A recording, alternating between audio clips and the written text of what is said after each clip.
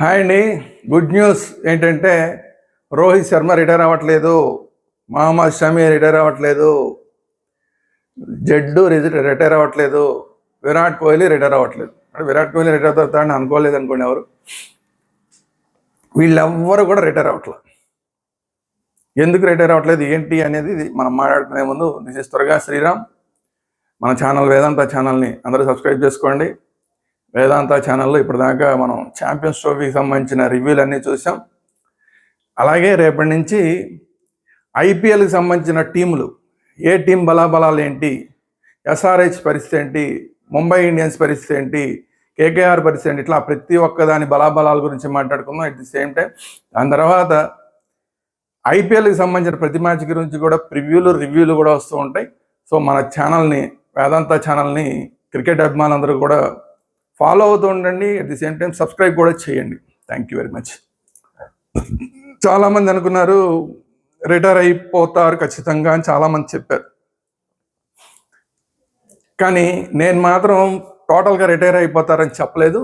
ఒక ICC tournament, next ICC tournament నలుగురు కలిసి ఆడే అవకాశం తక్కువ అని చెప్పారు. ఆ నలుగురు ఎవరంటే మహమ్మద్ షమి, జడ్డు, రవీంద్ర జడేజా, విరాట్ కోహ్లీ, రోహిత్ శర్మ. వీళ్ళు ఈ నలుగురు కలిసి ఒక ఐసీసీ టోర్నమెంట్ నెక్స్ట్ ఆడడం అనేది కష్టం అని చెప్పాను. సో ఇప్పటికి కూడా నాకైతే అది కష్టంగానే కనిపిస్తుంది. వీళ్ళు రిటైర్ అవుతారని నేను చెప్పలా. వీళ్ళు నలుగురు కలిసి ఒక టోర్నమెంట్లో మళ్ళీ ఆడడం కష్టం అని చెప్పాను. ఇందులో పూర్తిగా నాకు అపనమ్మకం ఎవరి మీద అంటే మహమ్మద్ షమి మీద. మహమ్మద్ షమి క్యాలిబర్ మీద కాదు, అతని బాడీ యొక్క కెపాసిటీ మీద. సో నిన్న కూడా చూసాం, మహమ్మద్ షమి అద్భుతమైన బౌలింగ్ ఏమి వేయలే. కొట్టింది ఎవరినయ్యా అంటే ఫాస్ట్ బౌలర్లనే కొట్టారు. సరే, ఆ పిచ్ అలాగా ఉంది. సో అద్భుతాలు ఏమీ సృష్టించలేదు Mohammed Shami. At the same time అతనికి దెబ్బలు కూడా తగిలేదు. నిన్న క్యాచ్ పట్టలేపాడు, రిటర్న్ క్యాచ్ పట్టలేపాడు. అంటే బాడీ రిఫ్లెక్సెస్ అనేవి తగ్గుతున్నాయి. ఎందుకు వయసుతో పాటు తగ్గుతాయి, చాలా కామన్. అదే ప్లేస్లో ఒక యంగ్ బౌలర్ కనుకుంటే ఆ రిటర్న్ క్యాచ్ని పట్టుకునేవాడు. కానీ తను పట్టుకోకపోగా ఆ రిఫ్లెక్సెస్ కొంచెం తక్కువ ఉండటం వల్ల వేలికి గాయం కూడా అయింది. సరే, ఈ వేలికి గాయం గురించి కాదు, మొత్తం బాడీ కూడా అతనికి ఇప్పుడు ప్రస్తుతానికి పూర్తిగా సహకరించట్లే ఇప్పటికి కూడా. రేపు మళ్ళీ మనం ఐపీఎల్లో చూడబోతున్నాం ఎస్ఆర్హెచ్ తరపున మెయిన్ బౌలర్ అతనే. అప్పుడు కూడా చూస్తాం మనం అతని బాడీ ఏమాత్రం సహకరిస్తుంది, ఏమాత్రం సహకరించట్లేదు అన్న దాని మీద అతని భవిష్యత్తు అనేది ఆధారపడి ఉంది. అందుకే వీళ్ళందరిలోకి ముందు రిటైర్ అయ్యే అవకాశం ఉన్నది మహమ్మద్ షమి. ఒకవేళ రిటైర్ అవ్వకపోయినా కూడా పక్కకి తప్పించే అవకాశాలు ఉన్నది మహమ్మద్ షమికి. సో ఎనీవే, అది తర్వాత మాట్లాడుకుందాం. మొత్తానికి శుభవార్త ఏంటంటే రోహిత్ శర్మ మేమెవరో రిటైర్ అవ్వట్లేదు అని ప్రకటించాడు. సో ఇది గుడ్ న్యూస్. ఇప్పుడు చాలామంది ఇంక మొన్న మాట్లాడిన వాళ్ళందరికీ కూడా నిన్నటి మ్యాచ్లో రోహిత్ శర్మ చెప్పుతో కొట్టినట్టు సమానం చెప్పాడు. అంతకుముందు ఒకసారి మొన్ననే లేటెస్ట్గా ఒక సెంచరీ చేసి నాలో ఏమాత్రం కెపాసిటీ, క్యాలిబర్ ఏమాత్రం తగ్గలేదు అబ్బాయి అని చూపించాడు. అట్ ది సేమ్ టైం తన క్యాప్టెన్సీలో ఒకే ఒక్క match last time one day world cup తప్ప, ఫైనల్, అది కూడా ఫైనల్ తప్ప, ఇప్పటిదాకా కంటిన్యూస్గా ఏ ఐసీసీ ఛాంపియన్స్ ట్రోఫీలో కూడా ఒక్క మ్యాచ్ కూడా ఓడిపోలేదు రోహిత్ శర్మ నాయకత్వంలో. ఇది అతని క్యాప్టెన్సీ కెపాసిటీ. నిన్న కూడా అతని క్యాప్టెన్గా ఎంత అద్భుతంగా చేశాడు చూసాం. ఎప్పుడైతే బౌలర్లని కొడుతున్నారు, ఫాస్ట్ బౌలర్ని కొడుతున్నారు అనగానే 5వ ఓవర్కే ఆపేసి 6వ ఓవర్కే వరుణ్ చక్రవర్తిని తీసుకొచ్చాడు. వరుణ్ చక్రవర్తిని తీసుకురాగానే వరుణ్ చక్రవర్తి మనకు కావాల్సిన బ్రేక్ ఇచ్చాడు. ఆ తర్వాత వరుణ్ చక్రవర్తిని పక్కన పెట్టి మిగతా వాళ్ళతోటి బౌలింగ్ వేయించాడు. కుల్దీప్ని తీసుకొచ్చాడు. కుల్దీప్ రాగానే వెరీ ఫస్ట్ బాల్ వికెట్ తీశాడు. అది కూడా గుగ్లీ, అద్భుతమైన గుగ్లీ. సాధారణంగా ఎవరైనా ఏంటంటే ఏ బౌలర్ అయినా సరే రెగ్యులర్ బౌలింగ్ వేసి 2-3 బాల్స్ వేసిన తర్వాత ఓకే మనకు లైన్ అండ్ లెంగ్త్ అన్ని కరెక్ట్గా పడుతున్నాయి అన్న తర్వాత అప్పుడు ఇలా వేసి గుగ్లీ వేస్తారు. అంటే లెఫ్ట్ ఆర్మ్ లెగ్ స్పిన్ వేసేవాడు ఆఫ్ స్పిన్ వేస్తే దాన్ని గుగ్లీ అంటారు. రైట్ ఆర్మ్ లెగ్ స్పిన్ వేసేవాడు ఆఫ్ స్పిన్ వేసా, లేదంటే రైట్ ఆర్మ్ ఆఫ్ స్పిన్ వేసేవాడు లెగ్ స్పిన్, ఇట్లా యాంటీగా వాళ్ళు రెగ్యులర్ స్పిన్కి ఎగ్నెస్ట్గా వేస్తే దాన్ని గుగ్లీ అంటాం. సో ఆ గుగ్లీని వెరీ ఫస్ట్ బాల్ వేసాడు. ఎంత ధైర్యం ఉండాలి. సో అతన్ని తీసుకొని వచ్చి ఇప్పుడు ఇతను కరెక్ట్ అని చెప్పి కుల్దీప్ని ఆడించడమే క్యాప్టెన్గా ఒక డేరింగ్ స్టెప్ తీసుకున్నట్టు. ఎందుకంటే చాలామంది చెప్పారు కుల్దీప్ తీసేసేయాలి, వాళ్ళని ఫాస్ట్ బౌలర్ని తీసుకురావాలి, లేదంటే వేరే వాళ్ళని తీసుకురావాలి, ఇవన్నీ చెప్పారు. కానీ వాళ్ళు మాత్రం నమ్మారు, కుల్దీప్ నమ్మారు. కుల్దీప్ నమ్మినందుకు కుల్దీప్ న్యాయం చేశాడు. వెరీ ఫస్ట్ బాల్ వికెట్ తీశాడు. ఆ తర్వాత వెంటనే కేన్ మామాని కూడా అవుట్ చేశాడు. కేన్ మామాని అవుట్ చేసింది ఇంకొక మంచి బాల్, ఎందుకంటే ఎక్కువ ఎయిర్ ఇచ్చాడు, స్లోగా వేసాడు. దానివల్ల ఏమైంది, కేన్ మామ కొంచెం వెనక ఇక్కడ ఆడవలసిన బ్యాట్ ఆడేశాడు, ముందే అడ్వాన్స్డ్గా ఆడేశాడు. దానివల్ల బ్యాట్ ఇలా ఆడవలసింది ఇలా వచ్చేసింది. ఇలా వచ్చేసరికి ఇక్కడ తగిలి క్యాచ్ వచ్చేసింది. క్యాచ్ వచ్చి ఈజీ క్యాచ్ని కుల్దీప్ పట్టుకున్నాడు. సో ఆ చేంజ్ ఓవర్లు చేయడంలో క్యాప్టెన్స్. ఆ తర్వాత మళ్ళీ వాళ్ళిద్దరితో పాటు జడ్డూని అక్షర్ పటేల్ని, జడ్డూని అయితే పూర్తిగా కంటిన్యూ చేశాడు. మధ్యలో ఒక్క ఓవర్ మధ్యలో వరుణ్ చక్రవర్తిని తీసుకొచ్చి మళ్ళీ వరుణ్ చక్రవర్తి ఒక ఓవర్ ఇచ్చి ఇమీడియట్గా మళ్ళీ జడ్డూని తీసుకొచ్చాడు. అలా ఎక్కడికక్కడ మార్పులు చేర్పులు చేయడం, ఎక్కడా కూడా వాళ్ళకి ఒక రిథమ్ అనేది రాకుండా నెక్స్ట్ ఏ బాల్ వేస్తాడని ఒక సస్పెన్స్ని మెయింటైన్ చేసిన విధానం ఏదైతే ఉందో సూపర్ క్యాప్టెన్స్ చేశాడు. ఫీల్డింగ్లో కూడా మంచి ఫీల్డింగ్ చేశాడు. మీరు మిడ్ వికెట్లో చూస్తే ఒక అప్పుడు లెఫ్ట్ హ్యాండర్ ఆడుతున్నాడు. సో కవర్స్లో మంచి షాట్ కొడితే కవర్స్లో డైవ్ చేసి బాల్ ఆపాడు. అతని వెనకాల ఇంకెవరు ఫీల్డరే లేడు, ఇంకా అతన్ని దాటితే ఇంకా బౌండరీ వెళ్ళిపోతుంది. రోహిత్ శర్మ డైవ్ చేసి మరి ఒక బాల్ ఆపాడు. అంటే బాడీ పరంగా కూడా అతన్ని మొన్న ఈ మధ్య ఒక యూస్లెస్ ఫెలో ఒక లేడీ కామెంట్ చేసింది, లావుగా ఉన్నాడు, కాంగ్రెస్ ఎంపీనో ఎవరో, అది కూడా ఒక ముస్లిం ఆవిడ అనుకోండి. సరే, వాళ్ళు పాకిస్తాన్కి అనుకూలంగా ఉంటారు కాబట్టి సో ఆ లెక్కలో పోయినట్టుంది.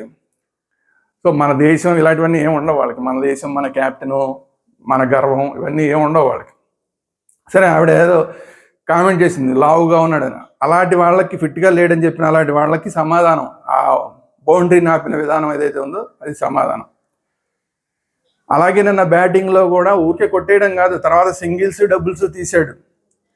రెగ్యులర్గా ఆడే విధానానికి వ్యతిరేకంగా ఎప్పుడైతే గిల్ అవుట్ అయిపోయి ఇమ్మీడియట్గా కోహ్లీ అవుట్ అయిపోయాడో అక్కడి నుంచి తన రెగ్యులర్ స్టైల్కి వ్యతిరేకంగా సింగిల్స్ టూస్ తీస్తూ కంటిన్యూస్గా ఆడుతూ వస్తున్నాడు.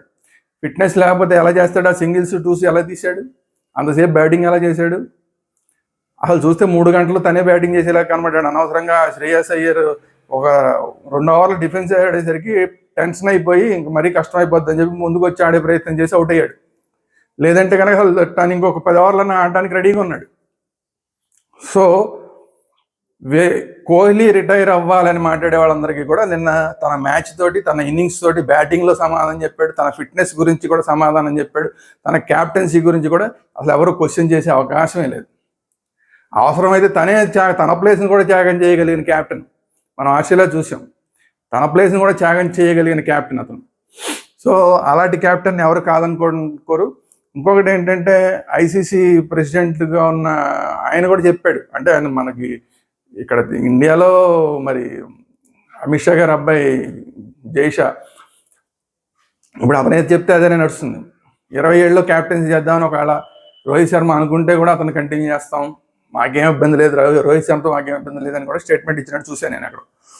సో ఫిట్గా ఉంటే మాత్రం రోహిత్ శర్మ 27కి వరల్డ్ కప్కి అప్పటిదాకా కూడా ఉన్నా కూడా పెద్ద ఆశ్చర్యపడాల్సిన పని లేదు. ఎలాగో కోహ్లీ అయితే ఉండడానికి డిసైడ్ అయిపోయినట్టే ఆల్రెడీ తన దగ్గర వాళ్ళందరికీ కూడా చెప్పాడు. సో వీళ్ళిద్దరూ కూడా వాళ్ళకి తెలుసు.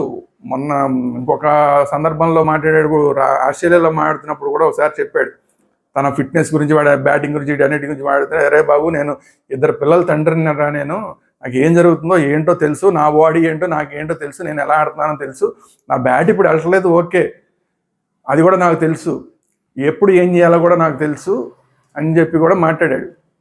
అందువల్ల వాళ్ళ బాడీ ఏం చెప్తుంది అనేది వాళ్ళకి తెలుస్తుంది. సో వాళ్ళ బాడీ ఫిట్గా ఉన్నంతసేపు వాళ్ళని రిటైర్ అవ్వమని మనం బలవంతం చేయాల్సిన అవసరం లేదు. వాళ్ళు ఇలా రన్స్ చేస్తున్నంతసేపు కూడా ఎప్పుడు కూడా 1-2 మ్యాచ్లు కొట్టకపోవచ్చు, ఒక 4 మ్యాచ్లు కొట్టకపోవచ్చు, బట్ ఫామ్ అనేది శాశ్వతం కాదు, క్లాస్ అనేది శాశ్వతం. ఇది ఇలాంటి పెద్ద ప్లేయర్ల విషయంలో ఇంకా గుర్తుపెట్టుకోవాలి. ఆ విషయాన్ని ఇద్దరు కూడా మళ్ళీ ప్రూవ్ చేశారు. ఇలా పని అయిపోయింది అనుకుంటే రోహిత్ శర్మ సెంచరీ చేశాడు, ఇతను పని అయిపోయింది అనుకుంటే కోహ్లీ సెంచరీ చేశాడు. సో వాళ్ళిద్దరి గురించి కూడా ఎటువంటి డౌట్స్ అక్కర్లేదు. వాళ్ళిద్దరూ కూడా వాళ్ళ బాడీ వాళ్ళకి చెప్పినంతసేపు వాళ్ళు కంటిన్యూ అవుతారు. అట్లో ఏ రోజు వాళ్ళ బాడీకి చాలా బాబు అని చెప్తే ఒక్క నిమిషం ఉండడానికి కూడా వాళ్ళు ఇష్టపడరు. ఆల్రెడీ కోహ్లీ చెప్పాడు, నేను ఒకసారి రిటైర్ అయితే అసలు ఇంకెక్కడా కనపడను, నేను ఎవరికి కనపడను అంటే తను ఇంగ్లాండ్లో సెటిల్ అయిపోవడానికి డిసైడ్ అయిపోయాడు. సో అందువల్ల వాళ్ళిద్దరికి మనం చెప్పక్కల. ఇంకా మూడోవాడు జడ్డు నిన్న చూశారు కదా, బౌలింగ్ ఎంత పర్ఫెక్ట్, ప్రతి మ్యాచ్లోనూ పర్ఫెక్ట్, నిన్న కూడా అలాగే perfect. Wicket wicket wicket wicket wicket wicket bowling వేస్తూనే, కనీసం బ్యాట్ ఊపడానికి అవకాశం లేదు బ్యాట్స్మెన్కి, అట్లా బౌలింగ్ వేస్తున్నాడు. అలా బౌలింగ్ వేసే జడ్డు ఎందుకు రిటైర్ అవ్వాలి? ఫిట్నెస్ చూశారు కదా, బౌండరీ లైన్ తగ్గించి త్రోలు కొడుతున్నాడు, ఫుల్ ఫిట్గా ఉన్నాడు, డైవులు కొడుతున్నాడు. నాకు తెలిసి ఇప్పుడున్న ఫీల్డర్లు కొంచెం సీనియర్ ప్లేయర్లో అందరికన్నా ఫిట్గా ఉన్నది ఎవరయ్యా అంటే జడ్డు. సో అలాంటి నిన్న బౌలింగ్ నిన్న బ్యాటింగ్ కూడా తనకు అవకాశం వచ్చింది. రోజు ప్రతిసారి తనకు అవకాశం రావట్లేదు, తను అందరికన్నా లాస్ట్లో ఉంటున్నాడు కాబట్టి రావట్లే అవకాశం. నిన్న అవకాశం వచ్చింది, విన్నింగ్ షాట్ కూడా చూశారు ఎలా కొట్టాడు. సో అలాంటి జడ్డు ఎందుకు రిటైర్ అవ్వాలి? సో జడ్డు రిటైర్ అవ్వాల్సిన పని లేదు, అతనికి మనం చెప్పక్కర్లేదు. విరాట్ కోహ్లీకి రిటైర్ అవ్వాల్సిన పని లేదు, అతనికి మనం చెప్పక్కర్లేదు. రోహిత్ శర్మకి అతనికి రిటైర్ అవ్వాల్సిన అవసరం లేదు, అతనికి మనం చెప్పక్కర్లేదు. ఈ ముగ్గురికి ఓన్లీ థింగ్ ఏంటంటే మహమ్మద్ షమి తన ఫిట్నెస్ కరెక్ట్గా ఉంటే కంటిన్యూ అవ్వాలి. ఫిట్నెస్ సరిగా అయితే ఫాస్ట్ బౌలర్ కాబట్టి ఇంకా వేరే ఆప్షన్ లేదు, పక్కకి తప్పుకోక తప్పదు, లేదంటే తప్పించేస్తారు. సో ఇది కానీ ఎనీవే ప్రస్తుతానికి షమి కూడా ఉంటాడని అనుకుందాం, మంచిగా అతను రికవర్ అవ్వగలడని అనుకుందాం. సో ఇది సంగతి. సో మన స్టార్స్ ఎవరు కూడా రిటైర్ అవ్వట్లేదు ప్రస్తుతానికి, ఇది గుడ్ న్యూస్. సో ఇది ఈ వీడియో కనుక మీకు నచ్చినట్టు లైక్ చేయండి, మీ అభిప్రాయాలు ఏంటనేది కామెంట్ రూపంలో తెలియజేయండి. సేమ్ టైం మన ఛానల్ని అందరికీ షేర్ చేయండి, ఈ వీడియోని అందరికీ షేర్ చేయండి, మన ఛానల్ సబ్స్క్రైబ్ చేసుకోండి. At the same time bell icon నొక్కండి. Thank you very much. జై హింద్, భారత్ మాతా కీ జై.